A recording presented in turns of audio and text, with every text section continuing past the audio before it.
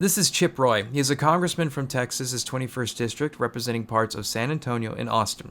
He's currently running for the Attorney General position in the state of Texas, placing second in the Republican primary, which now awaits a runoff. Not only is he known for introducing the SAVE Act into Congress, but this week he also introduced a new extremist bill called the Measures Against Marxism's Dangerous Adherents and Noxious Islamists Act of 2026, or the MAMDANI Act.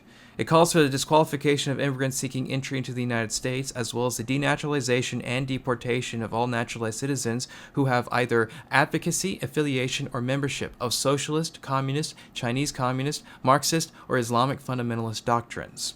The bill itself is overly broad, and it is concerning as to how this would be enforced without infringing upon people's civil rights. For instance, it includes the Democratic Socialists of America. So if you like a post that is posted on social media, are you advocating for that group? Are you supporting socialism? Does that make it so that you can be denaturalized? Ultimately, the bill itself impedes upon people's rights to think freely, but also religious freedom as well, because it notably mentions Islamic fundamentalism out of concerns of Islam replacing the current United States government, something that Chip Roy has said multiple times, claiming that Sharia law has taken over the United Kingdom. Yet it makes no mention of Christian nationalism or Christian fundamentalism, which also attempts to overthrow the United States government and eliminate separation of church and state. Now, Chip Roy has consistently been anti-Islamic in his rhetoric in the past. However, I would also wager that this is an attempt to boost his numbers for the Attorney General nomination, in that he only placed second in the Republican primary, so in the runoff election, he's trying to increase his odds of winning. Politically speaking, Chip Roy is tiresome, to say the least. He's the type of person who will advocate against foreign aid, claiming that we need to reinvest into the American people. Yet he will vote against things such as giving back pay to federal workers who were working without compensation during a government shutdown. He has voted against funding for victims of Hurricane Harvey, and he also claimed that funding for emergency services during COVID was a form of welfare that was not needed. Concerning matters of empathy, Chip Roy is the type of politician who cares most about civility when it directly applies to him. For instance, if I were to say that Chip Roy's intelligence comes from his hair, he would probably accuse me of being uncivil, and he would probably become stirred. However, when it came to certain matters such as voting to make lynching a federal hate crime, something that was well over a century overdue given the historical precedents within Chip Roy's own state of Texas, he was one of the very few members of Congress to vote against it.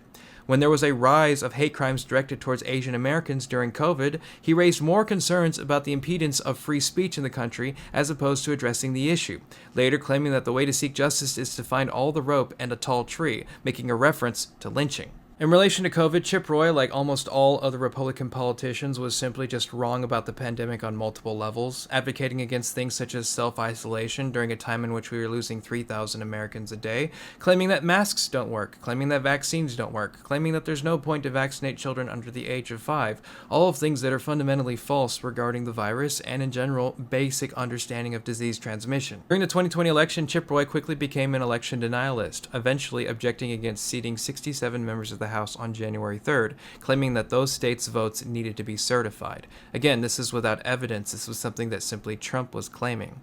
On January 6th, he would later change his tone, eventually calling for Donald Trump to end the insurrection. He would later state that what Trump did that day was an impeachable offense, in his own words.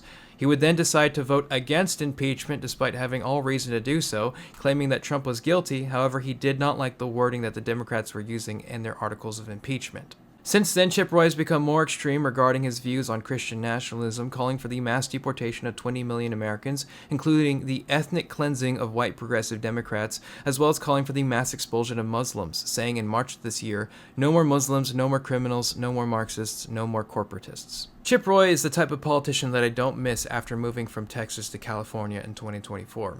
He is the type of politician who will only study and learn about a subject as much as his own comfort zone and donation base permits.